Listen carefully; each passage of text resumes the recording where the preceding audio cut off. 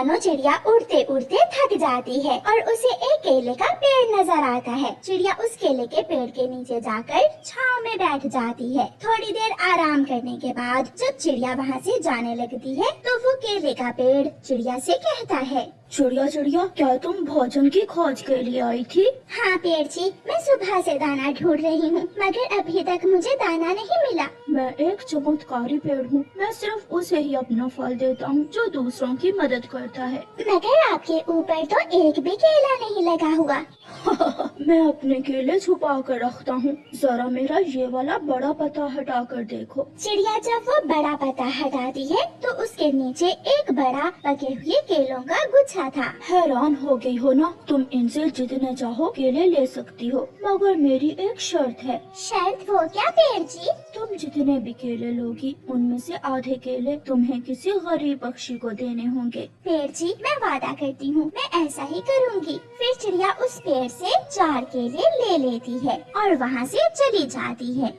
मिट्ठू तोते का पंख कई दिनों से घायल था, वो दाना लेने नहीं जा सकता था। चिड़िया सीधी मिट्ठू तोते के पास जाती है। मिट्ठू तोते, ये लो, मैं ये 2 केले तुम्हारे लिए लाई हूँ। मिट्ठू केले देखकर खुश हो जाता है। चिड़िया, सुबह से मैं भूख से मर रहा था, तुमने मेरी मदद की, तुम बहुत अच्छी चिड़िया हो। चिड़िया वहाँ से उड़ती है।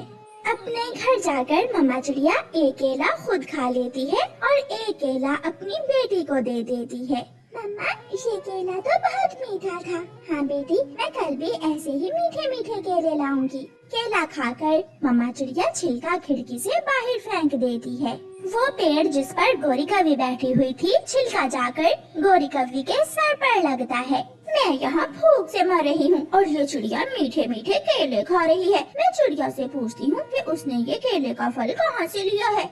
गोरी कवि चिड़िया के घर जाती है। चिड़िया चिड़िया, सच में मैं भूख से मर रही हूँ, मुझे भी बता दो तुमने ये केले का फल कहाँ से लिया है। गोरी, जंगल में पुराने कुएं के पास एक केले का पेड़ है जिसने अपने फल अपने पत्तों के नीचे छुपाए हुए हैं। मैं भी वहाँ से जाकर केले के फल ले सकती हूँ क्या? हाँ, मगर तुम्हें अपने केलों में से आधे किसी मजबूर और गरीब पक्षी को देने होंगे। हाँ हाँ ठीक है। गोरी कवि भागती है और जंगल में पुराने कुएं के पास पहुँच जाती है। मैं भूखी हूँ पेड़ जी, मगर यहाँ तो कोई फल नहीं है। यहाँ से कोई भूखा नहीं जाता, मगर मेरे जितने केले तुम लोगी उसमें से आधे किसी गरीब को देने होंगे। हाँ हाँ पेड़ जी, मैं ऐसा ही करूँगी, मगर आपके केले के फल हैं कहाँ? मेरा ये वाला बड़ा पत्ता हटा कर देखो। गोरी कवि वो बड़ा पत्ता हटाती है तो हैरान रह जाती है। इतने सारे केले! गोरी कवि वहाँ से ढेर सारे केले तोड़ लेती है। मेरी शर्त याद है ना? हाँ हाँ, मुझे सब याद है। गोरी कवि वो केले लेकर अपने घर चली जाती है। मैं कोई पागल हूँ जो इतने मीठे और बड़े बड़े केले गरीबों में बांटती फिरूं। कालू जी, आधे मेरे और आधे तुम्हारे। दोनों पति पत्नी वो केले जी भर कर खाते हैं और बाकी के केले फ्रिज में रख लेते हैं। रात हो जाती है। कालू जी, मुझे चिंता हो रही है कि अगर उस केले के पेड़ से केले खत्म हो गए तो फिर हम क्या खाएंगे। उस पेड़ को पागल बनाकर हम सारे ही केले तोड़ लेते हैं। हम पेड़ से कहेंगे कि गरीब पक्षी हमारे घर आए हैं, वो केले मांग रहे हैं। तो फिर जल्दी चलो कालू जी, हम आज रात ही ये काम करते हैं, वरना कल सुबह तक वो चिड़िया सबको बता देगी। आधी रात को गोरी और कालू अपने घर से निकलते हैं। तुम दोनों इस समय?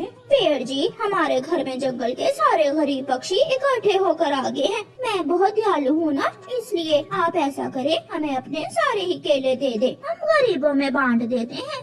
काली कवि, झूठी कवि, मुझे उल्लू बना रही हो, मैं सब जानता हूँ। ना चाचा पेड़ जी, हम सच बोल रहे हैं।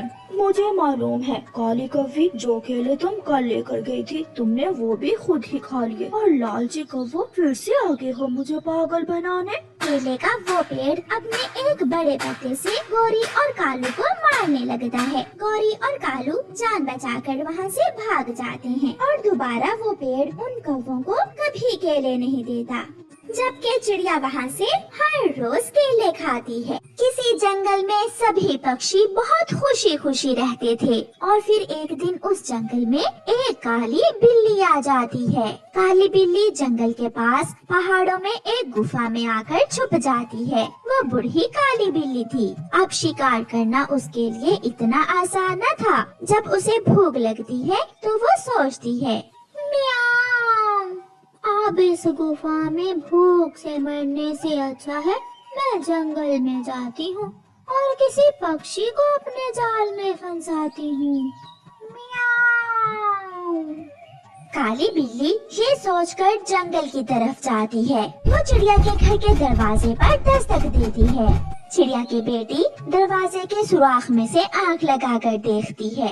मम्मा, मम्मा, बाहर एक काली बिल्ली है। मैं देखती हूँ। फिर मम्मा चिड़िया दरवाजे के पास जाकर कहती है, काली बिल्ली, मैंने तुम्हें देख लिया है। क्या काम है तुम्हें? किससे मिलना है? म्याऊं। चिड़िया से। मुझे चिड़िया से मिलना है। पहले तुम अपना काम बताओ। चिड़िया चिड़िया, मैंने गाजर की ठंडी ठंडी खीर बनाई है। खीर ज्यादा है, मेरा तो पेट भर गया है। तुम भी आकर गाजर की ठंडी ठंडी खीर खा लो। मेरे साथ आओ। म्याऊं। मम्मा, मुझे खीर खानी है। मम्मा, मुझे जाने दे। आप चुप कर जाएं बेटी। काली बिल्ली, शायद तुम्हें मालूम नहीं, आज तो मैंने भी गाजर की खीर बनाई थी और मैंने पेट भर के गाजर की खीर खाई है। तुम किसी और को ले जाओ। निराश होकर काली बिल्ली आगे बढ़ती है। वो जल्दी जल्दी तोते के घर जाती है और आहिस्ता आहिस्ता पेड़ पर चढ़ जाती है। म्याऊं। तोते, तोते बाहर आओ, मैं तुमसे कोई बात करना चाहती हूँ। म्याऊं। काली बिल्ली, क्या तुम काली बिल्ली हो? हाँ, मैं हूँ काली बिल्ली, मगर मैंने अब तोते खाने छोड़ दिए हैं। मैं तुमसे दोस्ती करने आई हूँ। क्या तुम मुझसे दोस्ती करोगे? म्याऊं। पहले सच बताओ, क्या तुमने सच में तोते खाने छोड़ दिए हैं? म्याऊं। सच्ची, मैं कोई झूठ बोल रही हूँ? मेरा विश्वास करो तोते। तोता घर से बाहर आ जाता है। अगर तुम मुझसे दोस्ती करना चाहती हो तो याद रखना, अपने दोस्तों को कभी धोखा नहीं देते। म्याऊं। इसलिए तो मैं यहाँ आई हूँ। मुझे पूरे जंगल में तुम ही सबसे अच्छे लगे हो। मिठू तोते दोस्त, तुम मेरे साथ मेरे घर चलो, साथ बैठकर ही डिनर करेंगे। म्याऊं। पीछे से तोते की पत्नी आ जाती है। मिठू जी, पीछे हटो, ये काली बिल्ली बहुत दुष्ट है। इसी काली बिल्ली ने तो मेरे छोटे भाई को खाया था। भागकर तोता अपने घर में चला जाता है और तोती भी अंदर जाकर दरवाजा बंद कर लेती है। म्याऊं। ये पक्षी तो बहुत सियाने हो गए हैं, कोई मेरी बातों में ही नहीं आ रहा। लगता है आज फिर मुझे सब्जी खाकर ही सोना होगा। म्याऊं। काली बिल्ली निराश होकर घर वापस जाने लगती है। उसे एक जगह से एक आलू मिल जाता है। बिल्ली वो आलू उठा लेती है और उसे थोड़ी दूर एक कौवी बैठी हुई दिखती है। म्याऊं। आखिरी बार ट्राई कर लेती हूँ, इस कौवी को लालच देकर देखती हूँ। फिर वो काली बिल्ली कौवी के पास जाती है। कौवी, क्या कभी तुमने आलू गोश्त खाया है? काली बिल्ली, हम पक्षी तो केवल दाना ही खाते हैं। म्याऊं। कौवी, मेरे साथ मेरे घर चलो। ये देखो, मेरे पास आलू है और आज मैं आलू गोश्त बना रही हूँ। अगर आलू गोश्त खाने का मन है तो आओ मेरे साथ। म्याऊं। आलू गोश्त का सुनकर गोरी कौवी के मुंह में पानी आ जाता है। काली बिल्ली जी, कहीं तुम मेरा गोश्त डालकर ही तो आलू गोश्त नहीं बना लोगी? नहीं कौवी, मेरी माँ आई है, वो पूरा चिकन लेकर आई है। हम दोनों सहेलियाँ मिलकर आलू गोश्त बनाएंगे।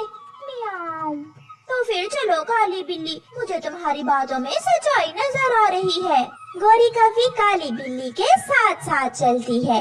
म्याऊं, म्याऊं, गोरी जल्दी जल्दी उड़ो, मुझे तो बहुत भूख लग रही है। म्याऊं, म्याऊं। रास्ते में एक लाल मिर्ची का पौधा आता है। काली बिल्ली उस पौधे से एक लाल मिर्ची तोड़ लेती है। अब अब तो शोरबा और भी मजे का बनेगा। दुष्ट काली बिल्ली, तुम इस जंगल में आ गई हो, मैं छोड़ूंगी नहीं तुम्हें। बुलबुल को देखकर काली बिल्ली डर जाती है। बुलबुल बुलबुल, ये काली बिल्ली तो बहुत अच्छी है, तुम इसे क्यों लड़ रही हो? ये तो मुझे आज आलू गोश्त बनाकर खिलाएगी। ये दुष्ट काली बिल्ली मेरे पति को भी आलू गोश्त खिलाने के बहाने ही अपने गुफा में लेकर गई थी, मगर इसने मेरे ही पति का आलू गोश्त बनाकर खा लिया। ये सुनकर गोरी कौवी डर जाती है। भागो भागो यहाँ से। कौवी, ये झूठ बोल रही है, मैं सच में ऐसी नहीं हूँ। मियाओ मियाओ, मेरा विश्वास करो। मियाओ। दुष्ट काली कलोटी बिल्ली, भाग जाओ यहाँ से, वरना मैं सबको बुलाऊंगी और हम सब पक्षी मिलकर तुम्हारी खूब धुलाई करेंगे। मैं अभी मरना नहीं चाहती। मनहूस बुलबुल, अगर तू थोड़ी देर और न आती तो आज मैं फिर से आलू गोश्त खाने वाली थी। मियाओ मियाओ। ऐसा कहते हुए काली बिल्ली अपनी गुफा की तरफ भाग जाती है और गोरी कौवी बुलबुल को धन्यवाद बोलती है, जिसने आज उसकी जान बचाई थी। प्यारे दोस्तों, इस कहानी को लाइक, अपने दोस्तों के साथ शेयर और चैनल को सब्सक्राइब करना बिल्कुल मत भूलना। आपका धन्यवाद।